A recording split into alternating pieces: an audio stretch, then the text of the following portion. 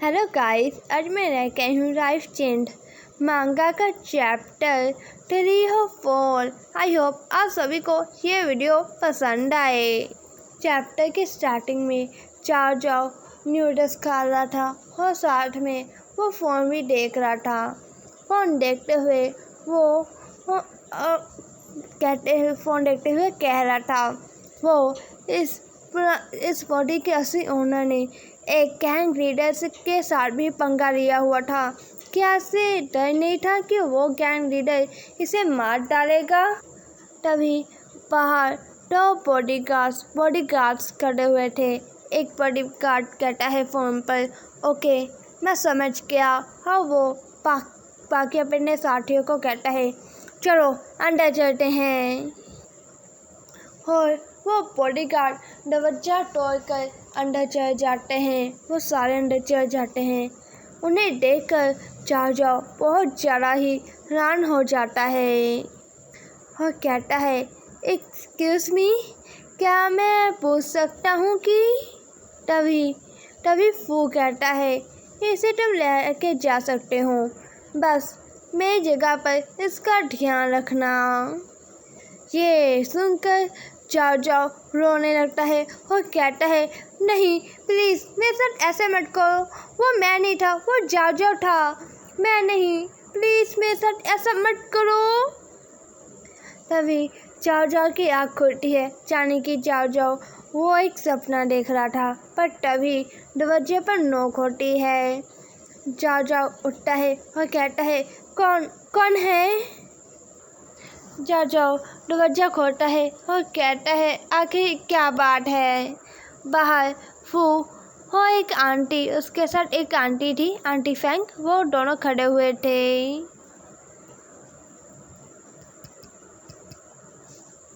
फू बस चाओ जाओ की ओर ही देख रहा था।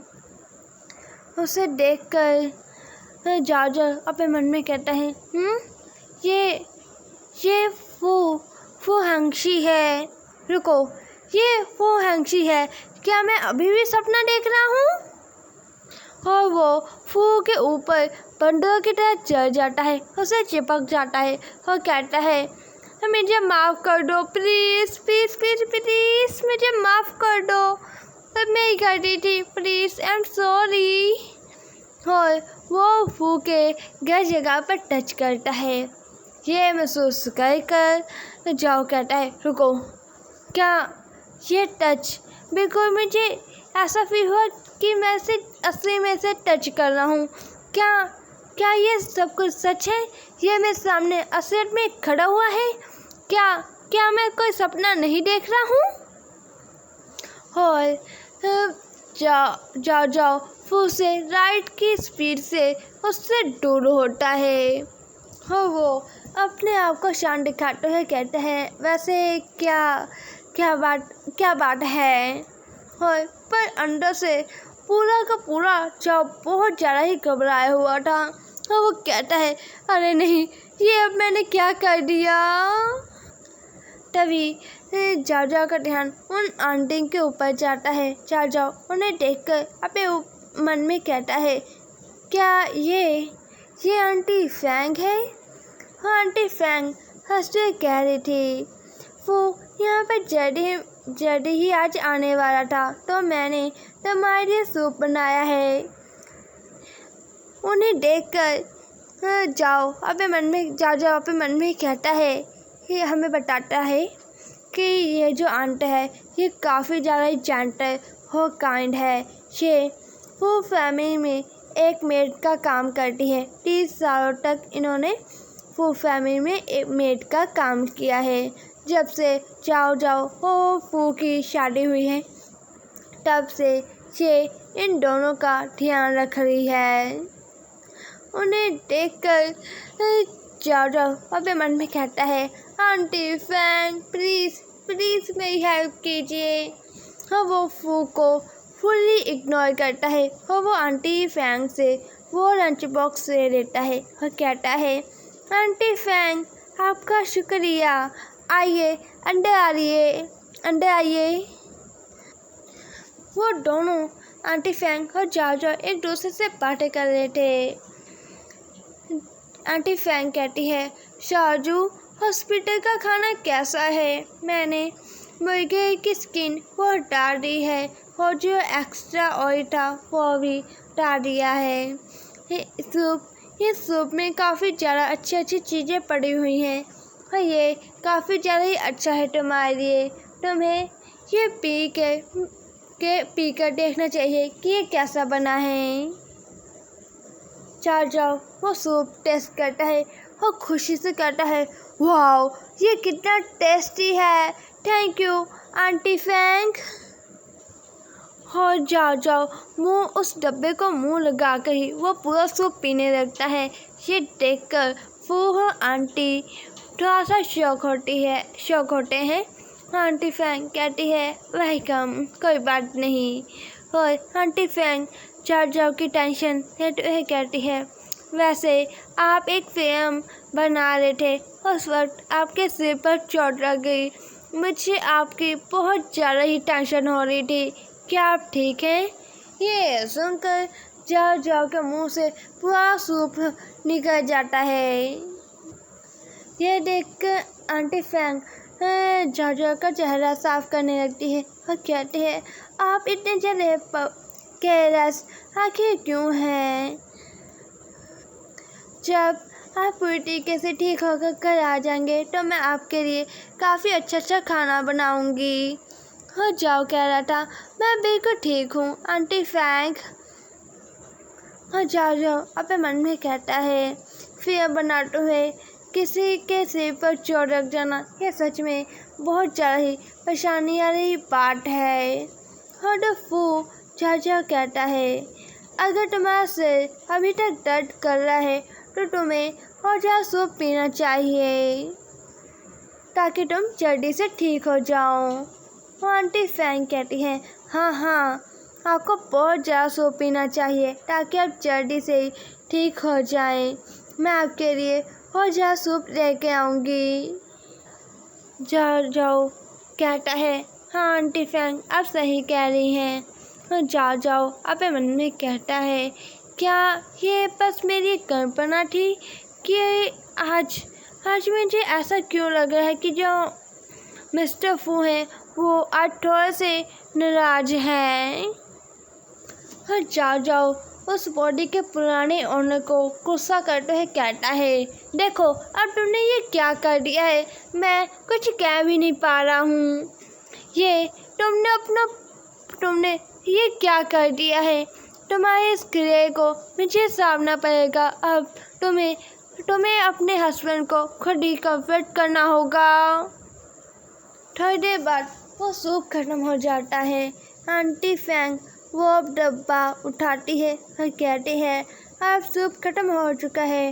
हाजिंग फू वो आपको देख रहा था, वो आपसे बात करना चाहता था, तो मैं तुम दोनों रबर्स को डिस्टर्ब नहीं करती हूँ। ये कहकर उन दोनों के सिर के ऊपर पहाड़ ही गिर गया था। फू कहता है, आंटी फैंग मैं ड्राइवर को कह देता हूँ कि वो आपको वापस ले जाएगा। और जाओ कहता है, मैं आपको नीचे छोड़ने के लिए आता हूँ। आंटी फैंग कहती है, नहीं इसकी कोई भी जरूरत नहीं है, मैं अपने आप ही चल जाऊँगी। आंटी फैंग कहती है, शाजू अब मैं जा रही हूँ, अपना ध्यान रखना। जाओ कहता है, ओके आंटी फैंग ध्यान से जाना। हो जाओ अपने मन में कहने लगता है, प्लीज़ कोई मेरी हेल्प करो, अब मुझे फू को अकेले ही सामना होगा, उसका अकेले ही सामना करना होगा। जैसे ही जाओ पीछे की ओर मुड़ता है, वो देखता है कि जो फू था वो उसे बड़े ही गुस्से से देख रहा था। वो जाओ उसे देख कर अपने मन में कहता है, मुझे ऐसा क्यों लग रहा है कि जैसे कि ये मेरी और नफरत भरी आँखों से देख रहा है। उसे ऐसे देखकर जाओ कहता है, मिस्टर फू आप मुझे ऐसे क्यों देख रहे हैं?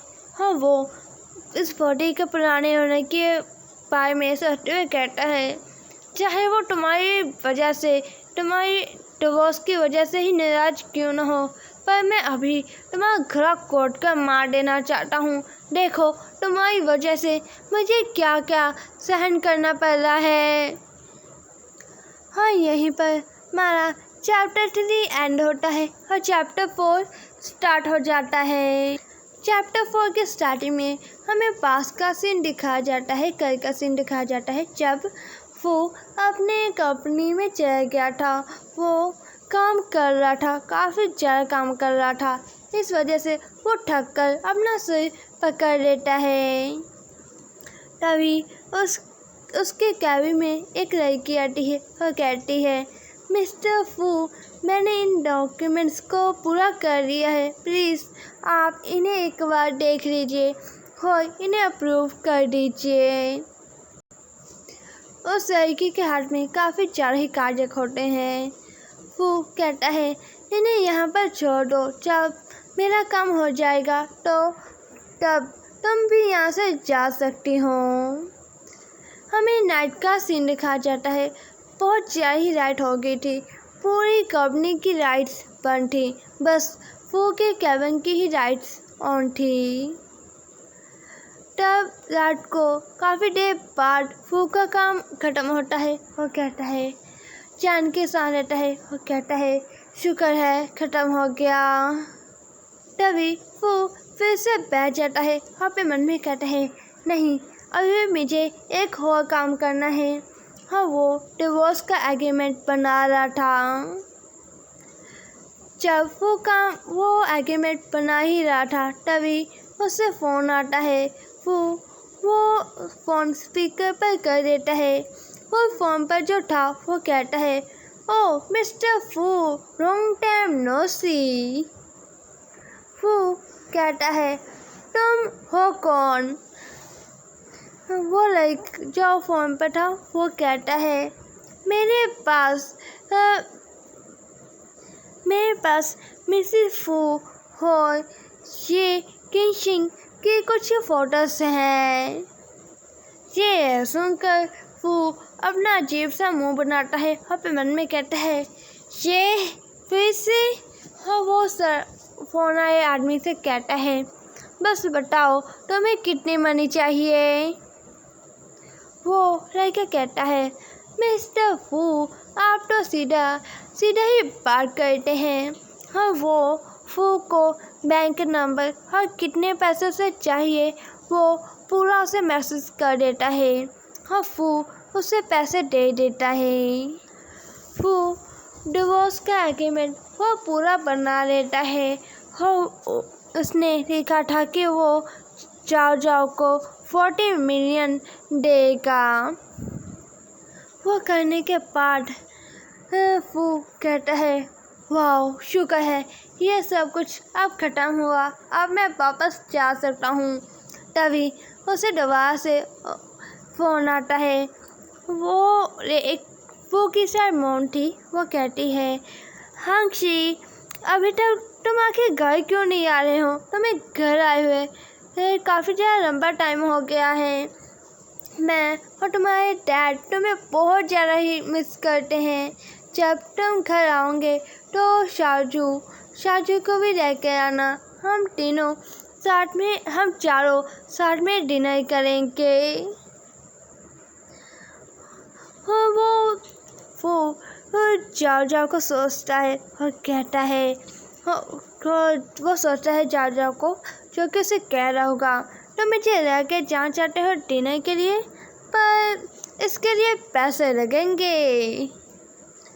ये सुनकर फू को गुस्सा आता है और कहता है, जाओ के बारे में सोच कर उसे गुस्सा आता है और कहता है, ओके मॉम, मैं जाओ को कल डिनर के लिए लेके आ जाऊंगा। हाँ, वो गुस्से के मारे पैसे कम कर देता है। वो 30 मिलियन कर देता है, 40 मिलियन से 30 मिलियन कर देता है। हाँ, वो फिर से काम करने लगता है गुस्से से।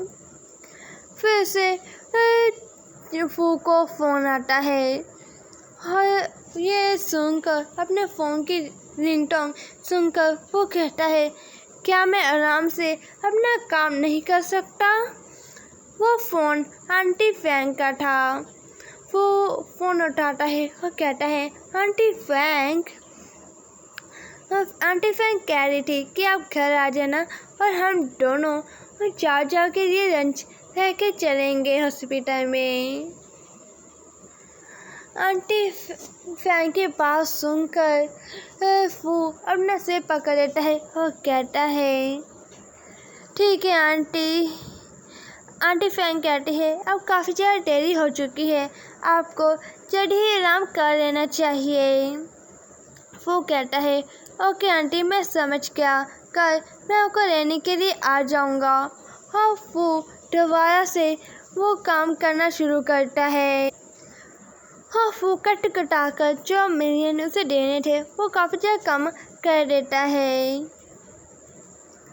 जब सुबह हो जाती है तब जाकर जो फू का काम था वो ख़त्म होता है।